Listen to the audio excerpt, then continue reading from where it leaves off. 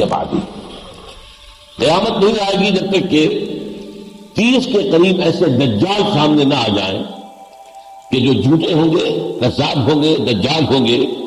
اور وہ ہر ایک ان میں سے یہ دعویٰ کرتا ہوگا کہ وہ اللہ کا رسول ہے،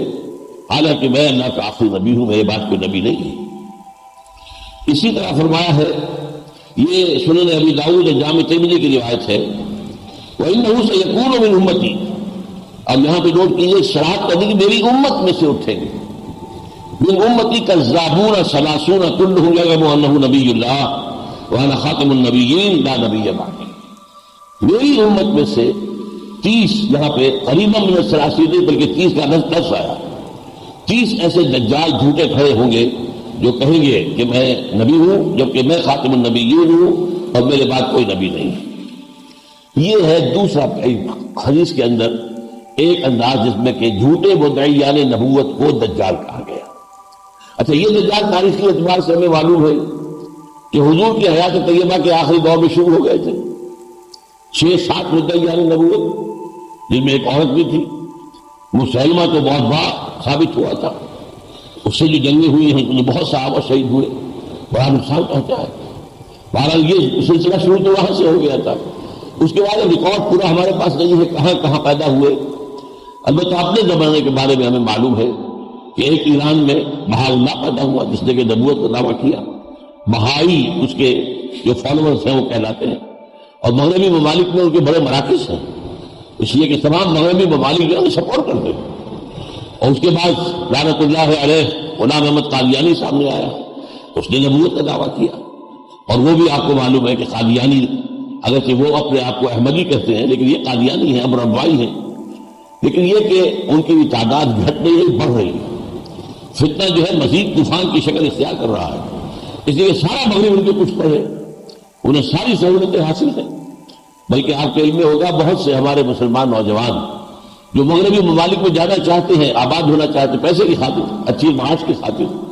ان کے لیے آسان راستہ یہ ہے کہ وہ اپنے آپ کو قادیانی ڈکلیئر کر دیں۔ اس کا مطلب کیا ہے کہ پاکستان میں ہم پرسیکیوٹڈ مائنورٹی ہیں، ہم نہیں رہ سکتے، لہٰذا ہمیں پناہ دی جائے۔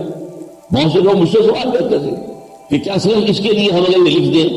تو کیا یہ بڑا گناہ ہوگا؟ میں نے کہا یقیناً بہت بڑا گناہ ہوگا، آپ اس مقصد کے لیے اپنے آپ کو قادیانی ظاہر کریں، بہت بڑا گناہ ہے، لیکن ہوا ہے اور بہت سے لوگوں نے اختیار کیا ہے۔ ایک جو ہے ظاہر ہوا ہے ابھی حال ہی میں، وہ رشاد خلیفہ کے نام سے ایک مصری، اس نے پہلے تو ذرا ایک مقبولیت حاصل کی کہ قرآن حکیم کا میتھمیٹیکل پروف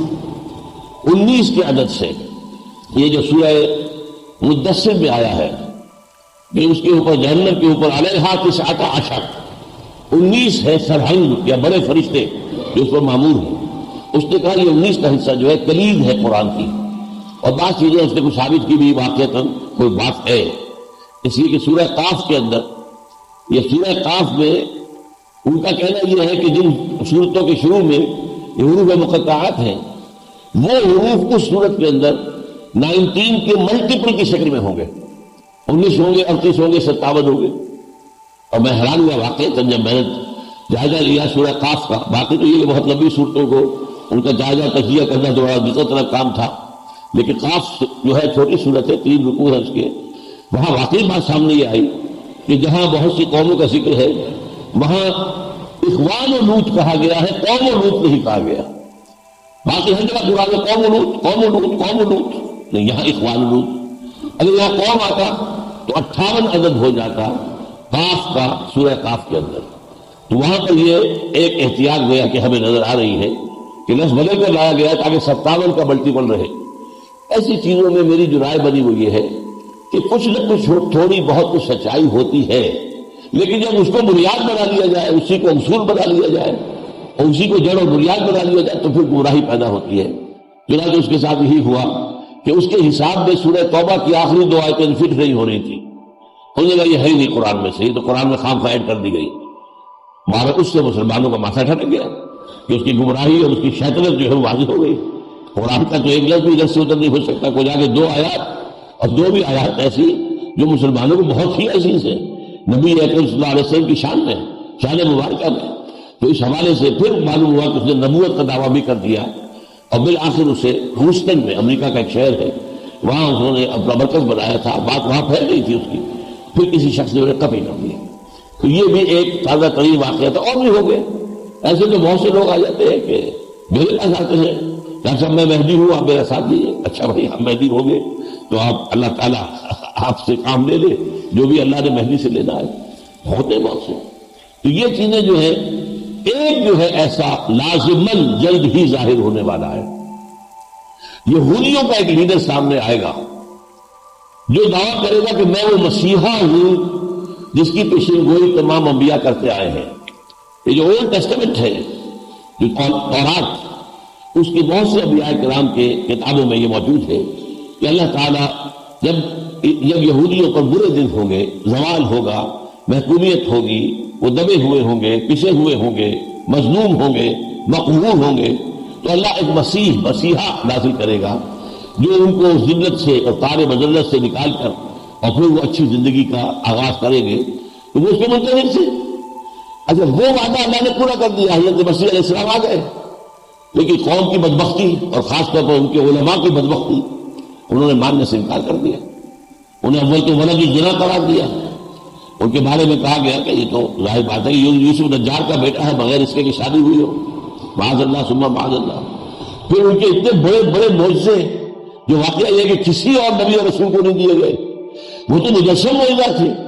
انہیں کہا گیا یہ جادو ہے اور جادو کرنے والا کافر ہوتا ہے،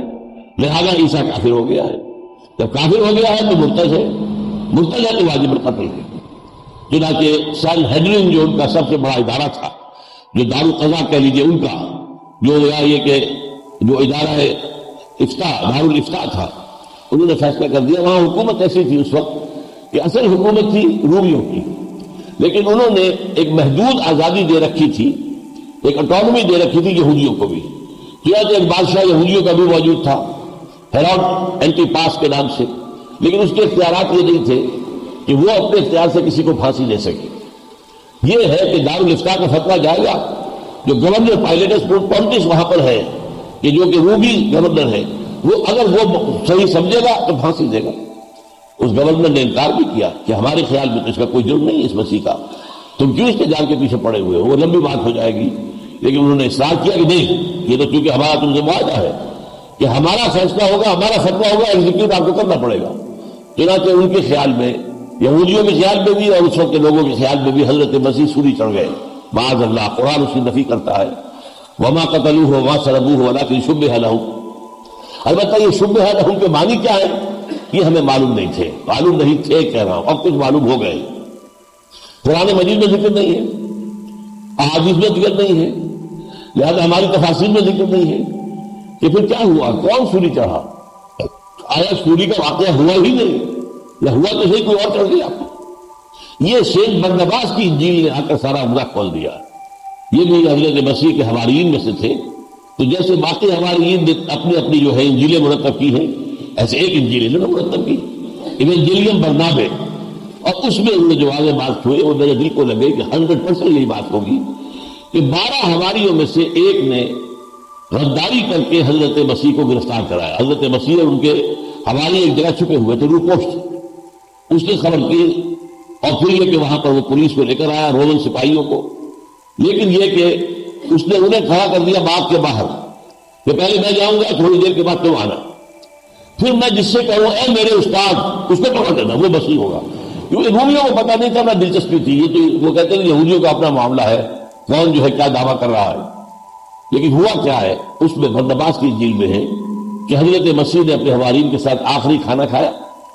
اور پھر کہا کہ اب یہ رات بڑی اہم ہے، اب تم یہاں پر دعائیں کرو، عبادت کرو، اور ایک کوشڑی تھی کہیں جیسے باغ میں ہوتی ہے کہ جہاں پر کوئی کھرپے ورپے کوئی اور ایسے اوزار رکھے ہوں، وہاں آپ داخل ہو گئے، وہاں آپ نے عبادت شروع کر دی۔ تو اسی اثنا میں یہ ہوا کہ چھت پھٹی اور 4 فرشتے اترے اور حضرت مسیح کو اٹھا کر لے گئے۔ اب یہ داخل ہوا کوٹڑی میں تو اس کو کچھ نظر نہیں آیا، لیکن اس کی شکل اللہ نے مسیح کی بنا دی۔ یہ گھبرا کے باہر نکلا تو دوسرے ہماری جان گئے، سو گئے تھے، انہوں نے اے ہمارے استاد، تو انہوں نے اسی کو پکڑ لیا، اور وہ ہے کہ جو سولی چڑھا ہے۔ یہ ہے تفسیر، اور میں سمجھتا ہوں بہت لاجیکل ہے۔ اسے واقعتاً اپنی غداری کی سزا ملنی چاہیے تھی، وہ اگر سولی چڑھا ہے تو صحیح رہا ہے، اس نے اللہ کے رسول کے ساتھ غداری کی، بے وفائی کی، اس کا نام تھا جوڈاس اسکریوٹ۔ ان کا کہنا یہ ہے کہ اس نے بعد میں خودکشی کر لی تھی، کیونکہ یہ تو سمجھتے ہیں کہ حضرت مسیح ہی چونکہ سولی چڑھے اور پھر جب اتار کر انہیں رکھ دیا گیا قبر میں، پھر زندہ ہوئے، پھر وہ آسمان پر اٹھے۔ ہمارے نزدیک حضرت مسیح پہلے ہی اٹھا لیے گئے، وہ سولی پر چڑھے ہی نہیں۔ وما قتلوہ وما صلبوہ ولکن شبہ لہم۔ وہ جو جگہ ہے، اب یہ نوٹ میں نے اس لیے بتایا ہے آپ کو سارا معاملہ، کہ وہ سیٹ از ویکنٹ، وہ مسیح ابھی نہیں آیا، جو آیا تھا اسے مانا نہیں، لہذا جگہ خالی ہے۔ اب اس آخری دور میں جب آخری مقابلہ ہونا ہے مسلمانوں اور یہودیوں کا، تو پھر وہ مسیحا اٹھ کے کھڑا ہو جائے گا، ان میں سے کوئی ایک دجال، وہ المسیح الدجال ہوگا، جھوٹا مسیح۔ وہ مسیح ہونے کا دعویٰ کرے گا، لیکن ظاہر بات ہے کہ وہ دعویٰ کرے گا کہ میں نبی ہوں، وہ خدائی کا دعویٰ نہیں۔ خدائی کا دعویٰ کرنے والا میرے نزدیک ایک دوسرا ہوگا دجال، جو خدائی کا دعویٰ کرے گا۔ یہ تو کرے گا صرف یہ دعویٰ میں وہی مسیح ہوں جس مسیح موعود ہوں، جیسے یہ الفاظ غلام احمد قادیانی نے استعمال کیے کہ میں مسیح موعود ہوں، جس مسیح کا وعدہ کیا گیا تھا کہ وہ دوبارہ آئے گا، میں آ گیا ہوں۔ لیکن یہ کہ بہرحال یہ میں نے آپ کو گنوا دیا ہے کہ یہ جو سلسلہ ہے حدیث کے اندر جھوٹے مدعیان نبوت کو دجال کہا گیا، تو شروع ہو گیا یہ حضور کے زمانے ہی سے اور مسلسل رہا ہے۔ اور ایک حدیث میں چونکہ 30 کا عدد تعین کے ساتھ آ گیا ہے، لہذا ہمارا گمان ہے کہ 30 ہی ہوں گے، اور ان میں سے آخری جو ہے میرے نزدیک یہ مسیح الدجال یہودی ہوگا، جو مسیحا ہونے کا دعویٰ کرے گا کہ میں ہوں وہ مسیحا جس کا کہ وعدہ اللہ نے تم سے کیا تھا۔ حدیث میں ایک اور دجال کا ذکر آتا ہے، وہ الدجال الاکبر ہے، عظیم ترین دجال۔ وہ خدائی کا دعویٰ کرے گا اور اس کے پاس اتنی قوت جمع ہو چکی ہوگی، تمام جو قواعد طبیعہ ہیں، جو فورسز آف نیچر، ان سب کو اس کو اتنا تسلط حاصل ہو جائے گا کہ وہ خدائی کا دعویٰ کرے گا۔ رزق کے خزانے اس کے قبضے میں ہوں، رزق اسی کو دے گا جو اس کو ماننے کے لیے، اس کو سجدہ کرنے کے لیے تیار ہے۔ اور حضور نے اس کی خبر دی ہے کہ وہ کانا ہوگا، اس کی ایک آنکھ کھلی ہوئی ہوگی، پھر یہ کہ اس کی پیشانی پر لکھا ہوگا کافارا کفر، جس کے بارے میں فرمایا وہ اتنے جلی حروف میں لکھا ہوگا کہ ہر مومن اس کو پڑھ لے گا، چاہے وہ پڑھنے والا ہو چاہے نہ ہو، ہر مومن پڑھ لے گا۔ غیر مومن کو الفاظ نظر نہیں آئیں گے اس کے پیشانی پر لکھے ہوئے، لیکن ہر صاحب ایمان اس کی پیشانی پر کافارا لکھا ہوا دیکھ لے گا، اور وہ ایسے ایسے معجزے دکھائے گا جس کا کہ تصور نہیں کیا جا سکتا تھا۔ یعنی یوں سمجھیے کہ حضرت مسیح علیہ السلام کو جو معجزے اللہ نے دیے تھے، اس کے نغمر بن کے اس سے بھی آگے معجزے جو ہے اس کے پاس ہوں گے، اور وہ مدعی ہوگا خدائی کا، اور وہ بڑا سب سے بڑا فتنہ ہوگا اہل ایمان کے لیے۔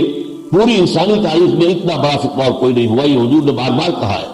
کہ تمام انبیاء اور رسول خبردار کرتے آئے ہیں اپنی اپنی امتوں کو، اور دیکھو میں بھی تمہیں خبردار کر رہا ہوں۔ بال اس کے بارے میں جو ہے الاور الکذاب مکتوب بین عینیہ کافارا یقرؤہ کل مومن کاتب اور غیر کاتب، یہ بخاری اور مسلم کی روایت ہے حضرت انس بن مالک سے۔ جو حدیث میں دوسرا یہ ہے دجال کا تذکرہ، دجال اکبر جو خدائی کا دعویٰ کرے گا اپنے آپ کو، یہ بخاری اور مسلم کی روایت ہے حضرت انس بن مالک سے۔ جو حدیث میں دوسرا یہ ہے دجال کا تذکرہ، دجال اکبر جو خدائی کا دعویٰ کرے گا، اپنے آپ کو سجدہ کرائے گا، جو سجدہ کرے گا اسے چھوڑے گا، جو سجدہ نہیں کرے گا قتل کر دے گا۔ تیسرا ذکر جو احادیث میں آتا ہے دجال کے حوالے سے، وہ سورہ کہف کے ساتھ اس کا ایک تعلق ہے۔ حضور نے فرمایا جو شخص سورہ کہف پڑھتا رہے گا وہ دجالی فتنے کے اثرات سے محفوظ رہے گا۔ یہ 4 صحابہ سے یہ روایات مروی ہیں، عبداللہ ابن عمر رضی اللہ تعالیٰ عنہ، عبداللہ ابن عباس رضی اللہ تعالیٰ عنہ، حضرت ابو سعید الخدری رضی اللہ تعالیٰ عنہ، ابو الدرداء رضی اللہ تعالیٰ عنہ، اور 6 کتابوں میں حدیث کے 6 مجموعے میں یہ موجود ہے، مسلم شریف میں، ابو داؤد میں، ترمذی میں، نسائی میں، احمد میں، بہقی میں۔ اب بعض میں تو یہ ہے کہ شروع کی آیات جو ہیں سورہ کہف کی، جو ان کا التزام کرے گا، ان سے محبت کرے گا، انہیں پڑھتا رہے گا، وہ دجالی اثرات سے، فتنے سے محفوظ رہے گا۔ بعد میں جو آخری آیات کا ورد کرتا رہے گا، بعد میں ان دونوں کو جمع کیا گیا، ابتدائی آیات اور آخری آیات، اور بعد میں پوری سورت کا۔ اور یہاں تک فرمایا گیا کہ جو شخص جو ہر جمعے کو سورہ کہف کی تلاوت کرے گا، وہ اس جمعے سے لے کر اگلے جمعے تک کے لیے اس کو اللہ تعالیٰ ایک نور عطا کر دے گا، جس کی روشنی کی وجہ سے وہ دجال کے فتنے سے محفوظ رہے گا۔ عن ابی سعید الخدری رضی اللہ عنہ ان النبی قال صلی اللہ علیہ وسلم من قرأ سورۃ الکہف فی یوم الجمعۃ اضاء له النور ما بین الجمعتین دونوں جمعوں کے درمیان جو وقت ہے اس میں اللہ تعالیٰ انہیں ایک نور عطا کر دے گا.